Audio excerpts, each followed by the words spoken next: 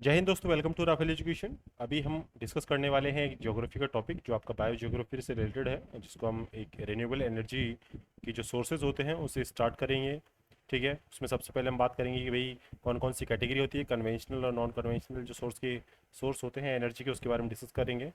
ठीक है, कौन कौन से कन्वेंशनल सोर्स होते हैं, कौन कौन से नॉन कन्वेंशनल सोर्स होते हैं, उनको डिस्कस करेंगे। तो सबसे पहले स्टार्ट करते हैं कि सोर्स ऑफ एनर्जी। ठीक है, तो ये देखिए आप, सोर्स ऑफ एनर्जी में यदि हम बात करें,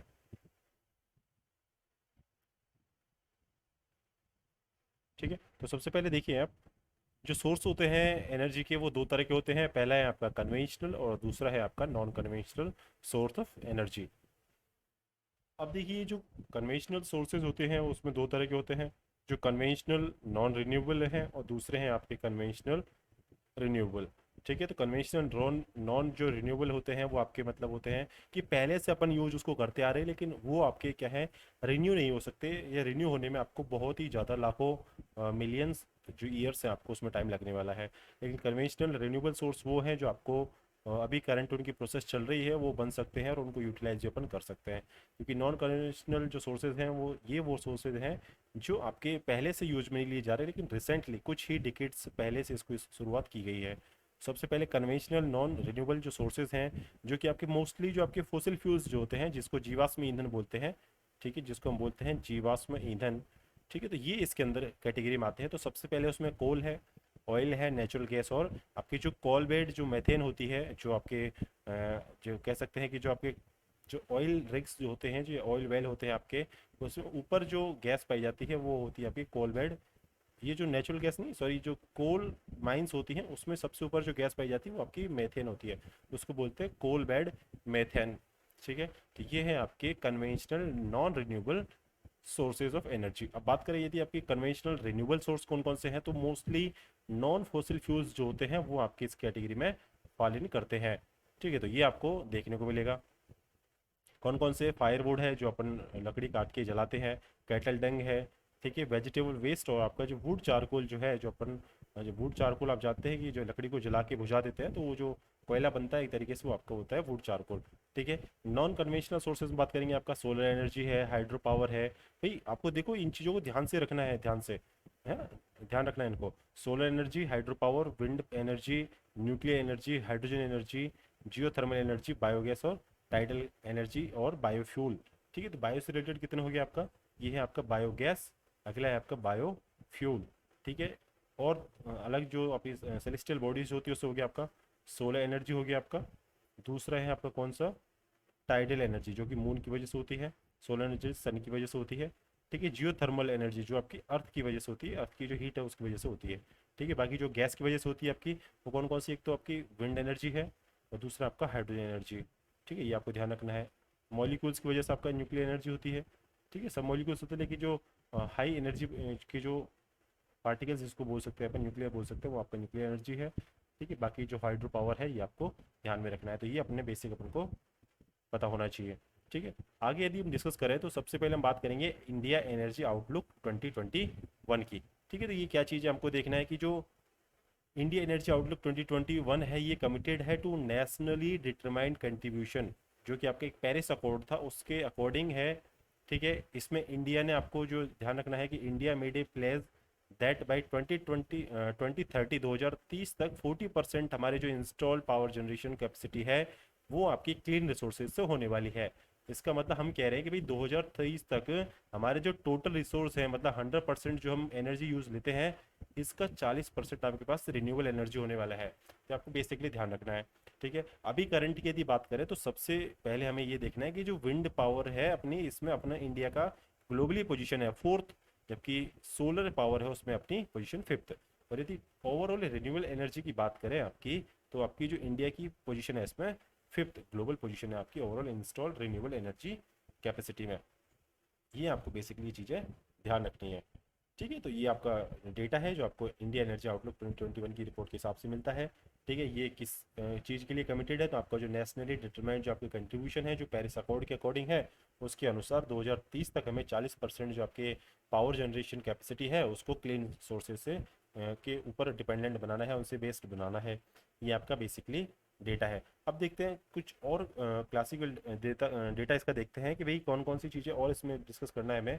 तो अभी करंट में जो हम एनर्जी यूज़ कर रहे हैं, पावर जनरेशन हमारा जो है, वो टोटल अप्रैल 2021 की बात करें तो अभी तक आपका जो टोटल थर्मल जो आपकी एनर्जी पावर कैपेसिटी है या पावर जनरेशन कैपेसिटी है, वो थर्मल तो है आपकी 60.9%, मतलब लगभग 61% जो है ये आपका है, आपका थर्मल बेस्ड आपका पावर कैपेसिटी है, जो कि अभी डिक्रीज हुआ है। ठीक है, कोल की बात करें तो कोल है 60.9 में से 52.6, मतलब लगभग आधी जो एनर्जी है आपकी 2 लाख मेगावाट जो है आपकी, इसको बोल सकते हैं 202 गीगावाट, 202 GW गीगावाट। ठीक है, तो ये आपका है कोल से।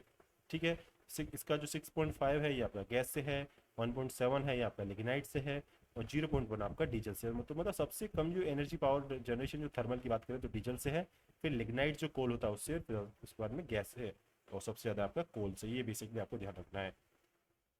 ठीक है, अब यदि हाइड्रो पावर की यदि बात करें, जो अपन बड़े बड़े पावर प्लांट होते हैं, हाइड्रो इलेक्ट्रिसिटी जनरेट करते हैं, रिन्यूएबल कैटेगरी में आता है। 46 गीगावाट 46 गीगावाट एनर्जी जनरेशन करते हैं। और टोटल आपका जो अप्रैल तक 2021 है उसमें एनर्जी पावर कैपेसिटी है आपकी, उसमें 12.1 कंट्रीब्यूशन करता है, जो कि डिक्रीज हुआ है पहले के कंपेयर में, अक्टूबर 2018 के कंपेयर में कम हुआ है। ठीक है, तो बढ़ा क्या है, बढ़ा आपका है जो रिन्यूएबल एनर्जी सोर्सेज है, जो अदर सोर्सेज है, उनकी जो कैपेसिटी की जो आपकी पावर कैपेसिटी है वो बढ़ी है, वो आपकी 95 गीगावाट हो चुकी है, जो कि आपका टोटल जो एनर्जी आपका कैपेसिटी है उसका 24.5, मतलब लगभग 1/4 पार्ट इसमें ये पार्टिसिपेट करता है, 1/4 टोटल एनर्जी कैपेसिटी का। तो यदि टोटल 2021 की बात करें अप्रैल तक में, तो कितनी एनर्जी इंडिया को चाहिए, तो कितनी जरूरत थी, तो 384 गीगावाट थी, जिसमें से 1/4 थी आपकी किसके, रिन्यूएबल एनर्जी सोर्सेज से।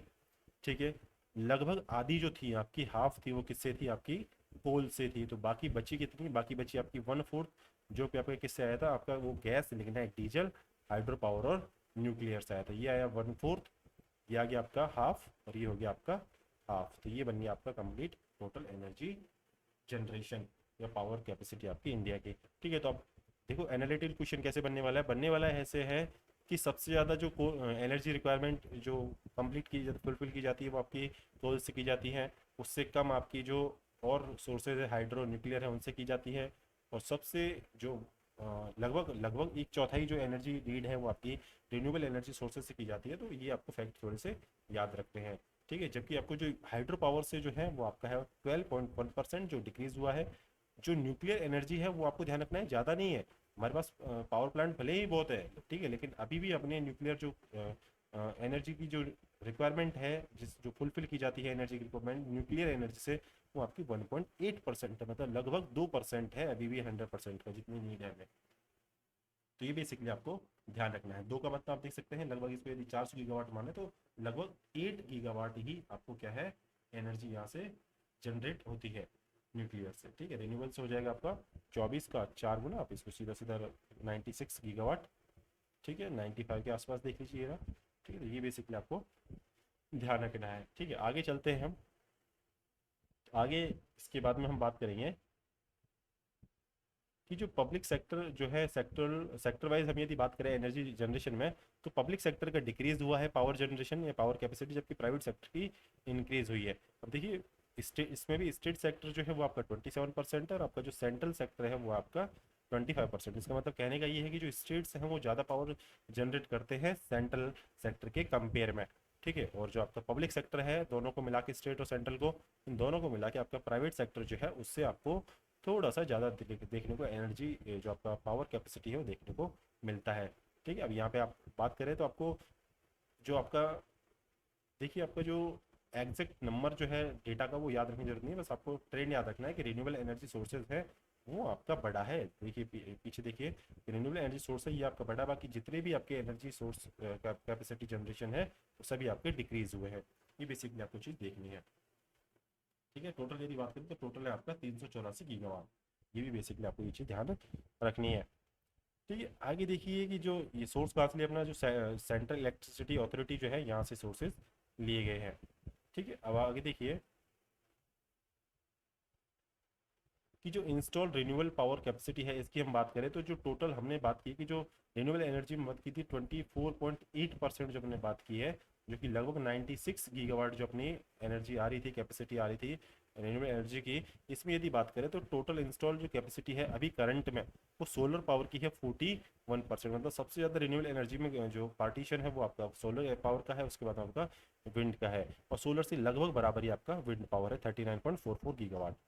बायोमास की बात करें तो 10% है 10.17, वेस्ट टू पावर है आपका 0.17, स्मॉल हाइड्रो पावर जो है वो आपके 4.79% आपका जो इंस्टॉल कैपेसिटी है गीगावाट में। एक्चुअली ये गीगावाट में है, ठीक है, परसेंटेज नहीं है। परसेंटेज भी लगभग इतना ही होगा क्योंकि 95.66 को यदि अपन 100% माने तो लगभग इतना ही कैपेसिटी जनरेशन आपका इंस्टॉल कैपेसिटी होने वाली है, ठीक है। टारगेट कितना है हमारा 2022 तो टारगेट सोलर का है 100 गीगावाट, जो कि हम लगभग आधे पे भी अचीव नहीं कर पाए हैं। विंड का 60 है जिसका हम लगभग 2/3 कर पाए हैं अभी तक, ठीक है। बायोमास और जो पावर वेस्ट टू जो पावर आपका जो तरीका है एनर्जी जनरेशन का आपका 10 गीगावाट है, जिसको हम 10 से थोड़ा सा 1% आधा परसेंट ज़्यादा कर पाए हैं। और स्मॉल जो हाइड्रो पावर थे इनको 5 के लगभग आसपास में आ गए। तो सबसे पीछे जो चल रहे हैं हम सोलर पावर में, जो एस्टिमेटेड था उससे आगे चल रहे हैं हम बायोमास और पावर वेस्ट टू पावर में, ठीक है। लगभग 2/3 आपने विंड पावर में जनरेट किया है कैपेसिटी को, जबकि जो स्मॉल हाइड्रो पावर में इसमें लगभग करीब है हम इस चीज पावर जनरेशन के, ठीक है। तो जो टारगेट है 175 गीगावाट है 2022 तक, लेकिन अभी जो 2030 के लिए आपको बताया था मैंने 40% टोटल एनर्जी जनरेट करना है, वो आपका 450 गीगावाट आपको जनरेट करना है एनर्जी, जो कि आपकी रिन्यूएबल सोर्स से होने वाली है।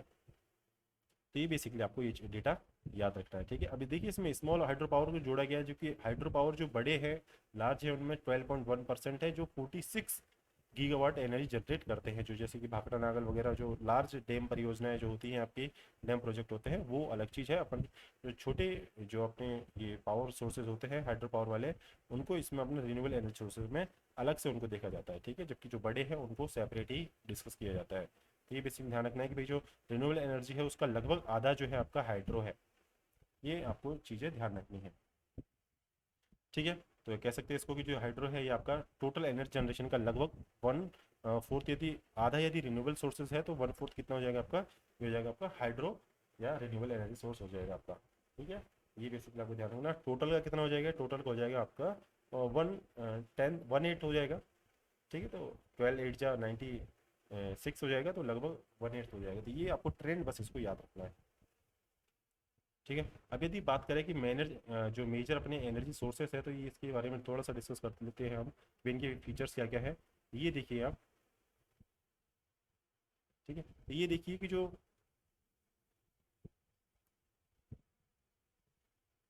हाँ, तो ये देखिए जो सबसे पहले न्यूक्लियर एनर्जी की बात करते हैं, तो ये आपका एक न्यूक्लियर फिजन और फ्यूजन, जिसको नाभिकीय संलयन और विखंडन कहते हैं, उस पर आधारित है ये एनर्जी जनरेशन। आगे बात करें कि इसमें एयर पॉल्यूशन नहीं होता है, फ्यूल इफिशियंट होते हैं, बहुत ज़्यादा इनमें इफिशियंसी होती है। इसमें no nuclear waste in a nuclear fission reactor जो होते हैं, जो संलयन होता है जिसमें स्मॉल जो एटम्स होते हैं, स्मॉल जो हाइड्रोजन एटम होते हैं, वो मिलकर क्या बनाते हैं यहाँ पे हीलियम बनाते हैं। तो इसमें आपका जो न्यूक्लियर वेस्ट है वहाँ पे कोई जनरेट नहीं होता है, जबकि जो जो फ्यूज़न है उसमें काफ़ी ज़्यादा अमाउंट में न्यूक्लियर वेस्ट जनरेट होता है, जो कि बहुत हैजार्डस होता है, ठीक है। अब लिमिटेशन क्या है इसकी, तो ये आपका हाई कॉस्ट होती है कंस्ट्रक्शन की, सिक्योरिटी और न्यूक्लियर जो एक्सीडेंट होते हैं उनकी प्रोबेबिलिटी ज़्यादा होती है, और इनकी जो सेफ डिस्पोजल है न्यूक्लियर वेस्ट का वो थोड़ा प्रॉब्लमेटिक है, उसमें बहुत ज़्यादा परेशानियाँ आती हैं। उसके साथ में ही न्यूक्लियर जो फ्यूजन रिएक्टर है उनकी जो टेक्नोलॉजी है वो एक बहुत ही हार्ड नट होता है क्रैक करने के लिए, इसको समझ सकते हैं आप। ये हार्ड नट टू क्रैक का मतलब है कि बहुत मुश्किल होता है इस टेक्नोलॉजी को बनाए रखना, ठीक है।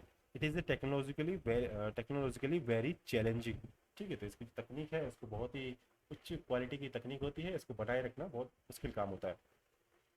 आगे यदि बात करें हम हाइड्रो पावर की, तो हाइड्रो पावर में देखिए कि हाइड्रो पावर जो है ये आपका मेनली रिलेटेड है डैम्स के से, जो आपकी बड़ी बड़ी बांध परियोजना होती है, भाखड़ा नांगल है, ऐसी जो बड़ी परियोजना है जो रिवर्स पर बनाई जाती है इलेक्ट्रिक जनरेशन के लिए, उससे रिलेटेड है, ठीक है। इसके फायदे क्या है कि जो वर्ल्ड्स हाइड्रो इलेक्ट्रिसिटी पोटेंशियल सबसे ज़्यादा है, क्योंकि काफ़ी सारी नदियाँ हैं, उनकी जो वाटर कैपेसिटी है वो काफ़ी ज़्यादा है, तो उसके यदि उसको रोक कर डैम बनाया जाए और एनर्जी जनरेशन किया जाए तो वो काफ़ी बेनिफिशियल होने वाला है। दूसरी चीज़, यदि ये जो है पावर जनरेशन ये आपका रिलेटिवली चीप है, सस्ता है, और आपको जो क्लीन सोर्स है एनर्जी का, ठीक है, इसमें कोई वेस्ट वगैरह नहीं होता है, ठीक है। लेकिन सबसे इसकी जो लिमिटेशन वो है आपकी, जो इकोसिस्टम है डैम्स के पीछे, जो वो डिस्टर्ब हो जाता है, ह्यूमन सेटलमेंट भी वहाँ से हटाने पड़ते हैं, हैबिटेट का लॉस होता है, डेवलपमेंट जो वहाँ पे कॉस्ट बहुत हाई होती है, और फर्टाइल जो फार्मलैंड होते हैं जहाँ पे खेती होती है वो लॉस्ट हो जाते हैं। ठीक है, क्योंकि वहाँ पे पानी भर जाता है। अमाउंट ऑफ न्यूट्रिएंट रिच जो सिल्ट होती है वो नदियों से आती है, वो यहाँ पे नीचे रह जाती है डैम में, और जो फील्ड्स में जानी चाहिए वो नहीं पहुँच पाती है। अगली बात करें सोलर एनर्जी की, तो ये आपका नेचुरल सनलाइट से मिलता है। फ़ायदे हैं कि एनवायरनमेंट फ्रेंडली है, और ये क्या है, इसके काफ़ी अवेलेबिलिटी जिसको बोलते हैं अनलिमिटेड अवेलेबिलिटी, एम्पल अवेलेबिलिटी बोल सकते हैं। लिमिटेशन है इसकी कि भाई लिमिटेड कैपेसिटी है स्टोरेज की सनलाइट की, ठीक है। और सनलाइट डायूरनल एंड सीजनल वेरिएशन है, और इसका ग्रिड मैनेजमेंट भी थोड़ा डिफिकल्ट है, और जो कलेक्टिंग इक्विपमेंट हैं वो थोड़े से महंगे होते हैं कंपेरेटिवली। ठीक है, आगे बात करिए कि भाई जो विंड एनर्जी की बात करें, तो विंड एनर्जी में जो fans for direct winds in use for long for irrigation crop है। ठीक है, तो जो विंड एनर्जी में जो फ़ैन यूज होते हैं, ये टेक्नोलॉजी बाहर से ला, ये फ़ैन बाहर से ही परचेज करने पड़ते हैं। ठीक है, और काफ़ी सारा एरिया इनसे चाहिए, लेकिन इनसे पॉल्यूशन कोई नहीं होता है, और इनका जो ये अवेलेबल होते हैं फ्रीली, इनका कोई चार्ज नहीं होता है। ठीक है, फिर ध्यान रखिए भाई इनकी में जो इंटरमिटेंटली जो अवेलेबल होते हैं, कि भाई सब जगह एक जैसे नहीं हो सकते, जहाँ पे अच्छी अमाउंट में या ज़्यादा स्पीड से हवा चलती है वहीं पे ये एनर्जी सोर्स डेवलप किए जा सकते हैं। फैंस ऑफ विंड मिल्स जो विजुअल हैजार्ड्स होते हैं फ्लाइंग बर्ड्स के लिए, एरोप्लेन वगैरह के लिए, जिसको बोल सकते हैं विजुअल पॉल्यूशन, एक तरीके से यहाँ पे क्रिएट होता है। ठीक है, अब यदि बात करें कि जो टाइडल एनर्जी है, तो टाइडल एनर्जी की बात करें तो टाइडल एनर्जी देखिए कि जो टाइडल पावर होती है सुटेबल स्ट्रक्चर्स के थ्रू हार्नेस की जा सकती है। ठीक है, ये फ्री और क्लीन होती है, ये बेसिकली आपको मेन चीज़ ध्यान रखनी है। ठीक है, और देखिए कि जो स्ट्रक्चर्स हैं जिसको बोलते हैं structures used for harnessing energy are expensive. ठीक है, क्योंकि स्ट्रक्चर जो है यहाँ पे टाइडल एनर्जी के लिए प्लांट्स यहाँ पे लगाए जाते हैं, जो क्या है उस पानी को रोक सके। इसके जो प्लांट बनाए जाते हैं वो थोड़े से मुश्किल होते हैं। ठीक है, plants disturbs the natural flow of estuary and concentrates pollutant in the area. भाई यदि वाटर रोका जाएगा तो उसके जो पॉल्यूटेंट्स होंगे वो एक जगह इकट्ठा हो जाएंगे। ठीक है, अब यदि जियोथर्मल एनर्जी की बात करें, तो wells are drill to trap steam which powers electrical generators. Steams is naturally produced from underground water. तो सीधा सीधा कंसेप्ट है कि जियोथर्मल जो एनर्जी है वो आपकी जो अंडरग्राउंड वाटर है, जो हॉट होता है वो जब बाहर निकलता है, ठीक है, तो उसकी जो आपके टेम्परेचर बहुत हाई होता है, और उसको उससे एनर्जी जनरेशन किया जाता है। इन्वायरमेंटली फ्रेंडली होता है ये। स्टीम जो होती है वो हाइड्रोजन सल्फाइड रखती है, जो कि आपका एक जो सड़े हुए अंडे होते हैं उसकी बदबू उसमें आती है, जिसको बोलते हैं H2S हाइड्रोजन सल्फाइड। ठीक है, अब minerals in the steam corrosive to pipelines, जिससे पाइपलाइनें खराब हो जाती हैं, और इक्विपमेंट है उनका मेंटेनेंस के लिए बहुत सारा प्रॉब्लम देखने को मिलता है। ठीक है, और दूसरी जो मिनरल्स होते हैं वाटर में वो टॉक्सिक होते हैं फिश जो स्पीसीज होती है उनके लिए। ये आपकी जियोथर्मल एनर्जी से रिलेटेड है, ये आपके चीज़ें हुई। लिमिटेशन क्या है इसके, फायदे क्या है, नुकसान क्या है, वो हमने देखे। बायोमास की बात करें तो जो cutting trees for fuel wood and burning them straight away, ये आपका डायरेक्टली तरीका है बायोमास से एनर्जी जनरेशन का। पेड़ को काटो, उनसे जो लकड़ी है उसको जलाओ और एनर्जी प्राप्त करो। देखिए ये चीप होती है, और अंडर डेवलप्ड जो और या फिर डेवलपिंग कंट्री है उसमें मेनली ये चीज़ काम में ली जाती है। ठीक है, इसमें क्या होता है कंपेरेटिवली जो लो लेवल ऑफ एनर्जी होता है, लेकिन जो इसका ट्रांसपोर्टेशन है वो बहुत ही बल्कि होता है। ठीक है, bulky so difficult to transport. Burning wood causes air pollution, इसकी वजह से एयर पोल्यूशन होता है। Destruction of forest to obtain fuel wood and so desertification. ठीक है, मरुस्थलीकरण में ये मेन भूमिका निभाते हैं बायोमास के लिए, जो बायोमास एनर्जी सोर्स है ये। ठीक है, अगला है आपका release lot of fly ash. ठीक है, तो जब लकड़ियाँ जलाई जाती है तो उससे धुआं निकलता है, धुएं में फ्लाई एश काफ़ी निकलता है, जो कि एक तरीके से एयर पोल्यूटेंट माना जाता है।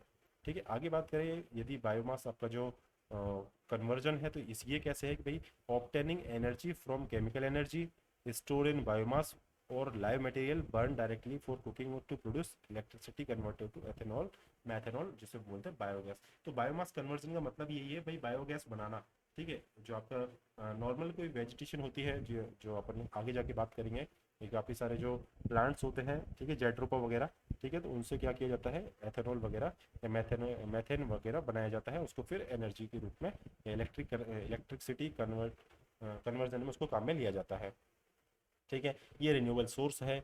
इसकी वजह से क्या होता है, ये लीड कर सकता है कि फूड शॉर्टेज जो है, ठीक है, क्योंकि nutrients not return to soil from biomass. ठीक है, तो भाई जो न्यूट्रिएंट्स जो होते हैं वो सॉइल में वापस नहीं जा रहे क्योंकि उनको केमिकली एनर्जी जनरेशन में काम लिया जा रहा है। ठीक है, growing maize for ethanol requires more energy expenditure than the amount of energy in the form of alcohol retrieve.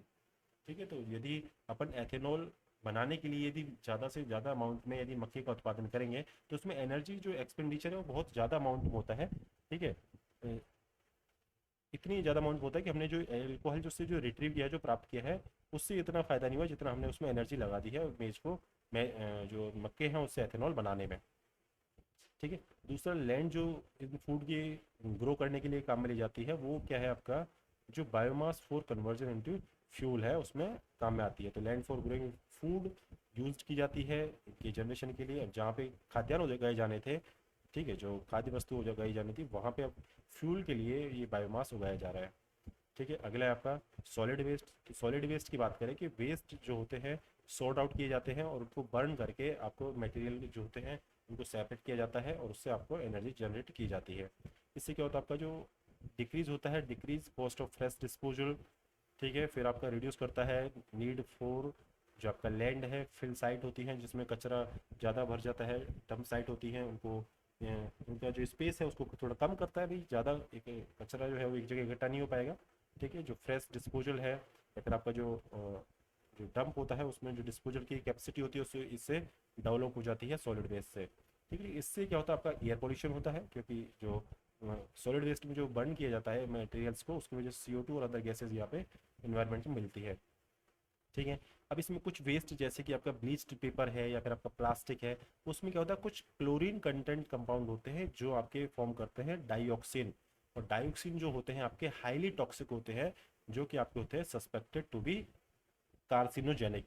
ठीक है, प्रॉब्लमेटिक होते हैं, कार्सिनोजेनिक आपके ये होते हैं मटेरियल होते हैं। ठीक है, तो ये आपको बेसिकली ध्यान रखना है।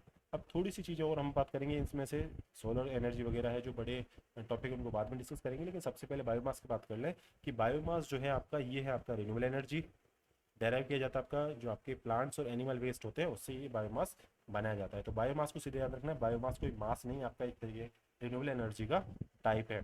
ठीक है, आगे बात करें कि जो एनर्जी फ्रॉम बायोमास है या फिर जिसको बायोमास कन्वर्जन बोलते हैं उससे जो रिलीज होती है वो आपके इनको जलाने से या ब्रेक करने से होती है। इनकी जो केमिकल बॉन्ड होते हैं, ऑर्गेनिक मॉलिक्यूल्स जो होते हैं उनके केमिकल बॉन्ड को तोड़ने से या जलाने से हमें जो कन्वर्जन होता है एनर्जी का उसे हम बोलते हैं बायोमास।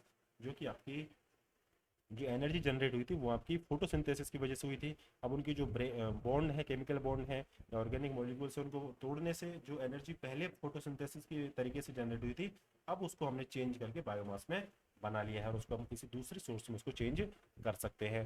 ठीक है, इसका फायदा क्या है कि भाई बर्निंग ऑफ बायोमास है वो does not increase atmospheric carbon dioxide, क्योंकि जो कार्बन डाइऑक्साइड पहले से एटमॉस्फेयर में था उसी को इसने दोबारा से यूटिलाइज किया है। तो इसको बोलते हैं कि भाई बायोमास जो होता है आपका कार्बन न्यूट्रल होता है, इसमें नया कार्बन जनरेट नहीं होता है, नया कार्बन डाइऑक्साइड जनरेट नहीं होता है।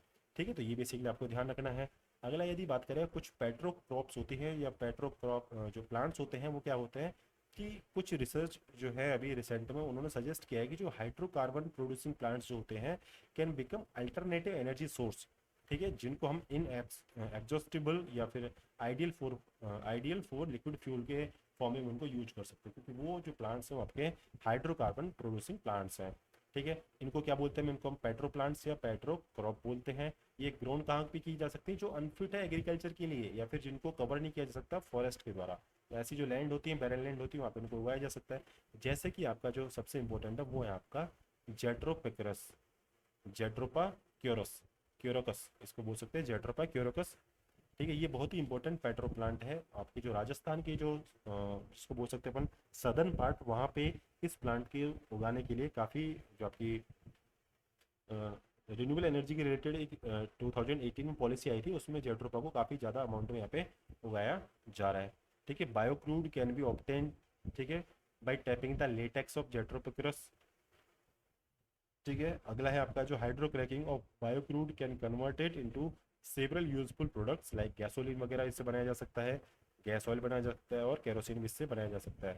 तो तरीका कौन सा है वो आपका, वो है आपका हाइड्रोक्रैकिंग ऑफ बायोक्रूड। ठीक है, तो इस तरीके से इसको कन्वर्ट किया जा सकता है काफ़ी सारे प्रोडक्ट में, गैसोलीन में, गैस ऑयल में या केरोसिन में।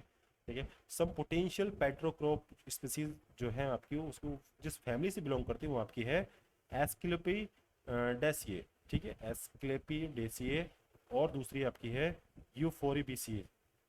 ठीक है, तो ये दो कैटेगरी, दो जो फैमिली हैं, इनसे ये प्लांट्स बिलोंग करते हैं, एस्क्लेपिया डेसिए और दूसरा है आपका यूफोरबिएसिए, यूफोरबिएसिए और एस्क्लेपिडेसिए। तो ये दो प्लांट कैटेगरी हैं जिससे आपके जो पेट्रो क्रॉप्स हैं इन फैमिली से बिलोंग करते हैं।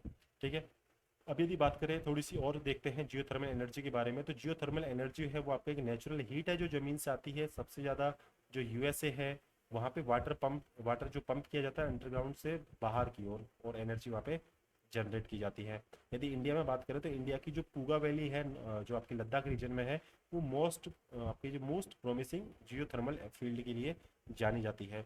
ठीक है, जो कि आपका जो नॉर्थ वेस्टर्न हिमालय है या फिर आपकी वेस्टर्न कोस्ट है, वो जियोथर्मल एरिया के फॉर्म में कंसिडर किए जाते हैं। ठीक है, तो आपको ध्यान रखना है कि इंडिया की जो नॉर्थ वेस्ट हिमालय जो है आपका, ठीक है, नॉर्थ वेस्ट जो हिमालयन रीजन है, ठीक है, और आपका जो वेस्टर्न कोस्ट है, वेस्टर्न कोस्ट और आपका नॉर्थ वेस्ट हिमालय, ये दोनों रीजन जो है आपके जियोथर्मल एनर्जी के लिए आपके फेमस है। जबकि जो मेन लोकेशन है उसकी बात करें तो वो है आपका पूगा वैली, जो कि आपकी लद्दाख रीजन में सिचुएटेड है। ये आपकी जियोथर्मल एनर्जी के लिए जानी जाती है।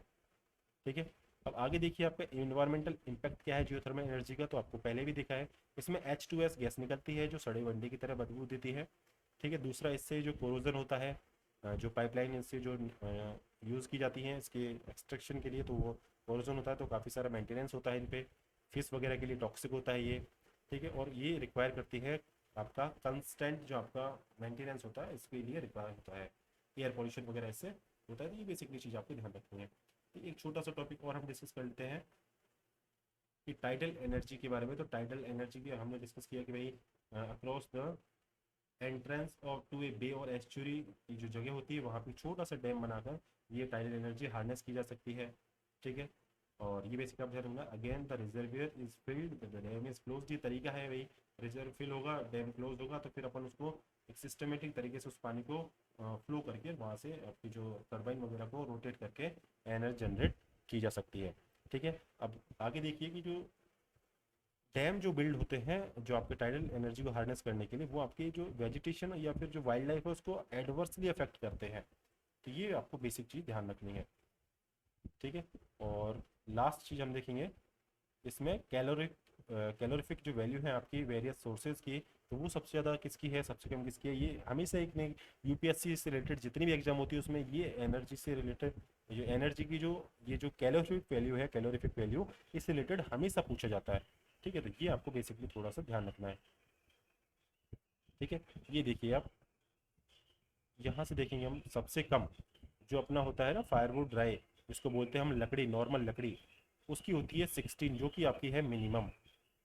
ठीक है, और अधिकतम है आपकी हाइड्रोजन, हाइड्रोजन की 144 141, ये है आपकी मैक्सिमम। ठीक है, ये आपको दो चीज़ें याद रखनी है। ठीक है, अब दूसरा याद रखना है कि जो CH मीथेन है, मीथेन CH2, इसकी ज़्यादा है एथेन से।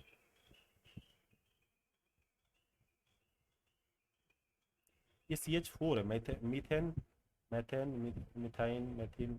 ठीक है, तो ये मैथेन है, CH4 है, CH2 नहीं है, CH4 है, इसकी ज़्यादा है लगभग 55, इसकी आपकी 52। अब इसी की लगभग बराबर है आपकी जो नेचुरल जो गैस होती है और जो आपकी CNG होती है, इसकी वो भी आपकी 52 है। ठीक है, जो आपकी LPG होती है इसकी थोड़ी सी कम होती है LPG की CNG से, दो इसकी जो मेगा जूल पर केजी दो कम होता है। ठीक है, तो आपकी नेचुरल जो CNG है वो ज़्यादा होती है, LPG जो घरों में काम लेते हैं उसकी CNG से थोड़ी सी जो कैलोरीफिक वैल्यू है वो थोड़ी कम होती है। ठीक है, फिर प्रोपेन ब्यूटेन है उसकी कम होती है। फिर अब देखिए जो लिक्विड है अपने उसकी बात करते हैं कि जो पेट्रोल है, ठीक है, जो पेट्रोल है या गैसोलीन है उसकी 46.4 है। पेट्रोल से कम, गैसोलीन से कम होती है केरोसिन की, और केरोसिन से कम होती है डीजल की। ध्यान रखना, केरोसिन की पेट्रोल और डीजल के बीच में होती है। ठीक है, और जो बायोडीजल वगैरह जो होते हैं जिसको मेथिल ईस्टर बोलते हैं, उसकी होती है 37%। ठीक है, एथेनॉल और मैथेनॉल जो होते हैं, अब एथेनॉल है, देखिए यहाँ पे देखिए मैथेन की ज़्यादा है एथेन से, और यहाँ पे एथेनॉल की ज़्यादा होगी मैथेनॉल से। ठीक है, तो जो इसको बोलते हैं एथिल एल्कोहल, 29 और 23। और जो अपना एंथ्रासाइड जो कोल होता है जो सबसे बेस्ट होता है, उसकी होती है 32, और जो सबसे कमज़ोर होता है पीट, लोएस्ट कार्बन कंटेंट वाला, उसकी होती है 17। और उससे कम जो है वो आपकी लकड़ी की। तो ये बेसिकली चीज़ आपको ध्यान रखनी है। सबसे ज़्यादा है हाइड्रोजन की गैसों में बात करें तो मैथेन, एथेन, सीएनजी और एलपीजी की बात करें, ठीक है, तो सबसे ज़्यादा मैथेन की है 55, फिर एथेन की है, फिर सीएनजी और फिर एलपीजी की। यदि लिक्विड पेट्रोलियम की बात करें तो आपकी जो पेट्रोल की ज़्यादा है 46, फिर केरोसिन और डीजल के बाद में है आपकी बायोडीजल की, ठीक है। एल्कोहल, एथिल अल्कोहल की बात करें तो आपका एथिल अल्कोहल की ज़्यादा है, मेथनॉल की कम है, ठीक है। फिर आपकी कोल की बात करें तो कोल की आपकी 17 से 32 के बीच में होती है, मतलब 16 से 16 का इसमें डिफरेंस होता है, 17 से 32 के बीच में, जबकि सबसे कम है आपकी फायरवुड की। तो ये आपको थोड़ा सा सीक्वेंस एक तरीके से समझना है, रट्टा नहीं मारना है, आपको क्लियर हो जाएगा, ठीक है। तो आई होप आपको ये सेशन पसंद आया होगा, ठीक है। इसमें काफ़ी सारी चीज़ें मैंने डिस्कस की है, एनर्जी के कौन कौन से टाइप होते हैं सोर्सेज के, कन्वेंशनल, नॉन कन्वेंशनल, ठीक है, renewable, non renewable energy. India energy outlook report हमने 2021 देखी थी, कौन कौन से प्राइवेट सेक्टर, पब्लिक सेक्टर में कौन कौन सा पावर जनरेशन में योगदान देते हैं, ये सब चीज़ें हमने डिस्कस की। इसके आगे का जो पार्ट है जिसका मुद्दा है सोलर एनर्जी, उसको हम सेकंड पार्ट में डिस्कस करेंगे, ठीक है। उससे रिलेटेड जो थोड़े बहुत क्वेश्चन है उसके भी अपन सेकंड पार्ट में डिस्कस करेंगे, जो आपको देखने को कल मिलेगा, ठीक है। धन्यवाद, जय हिंद।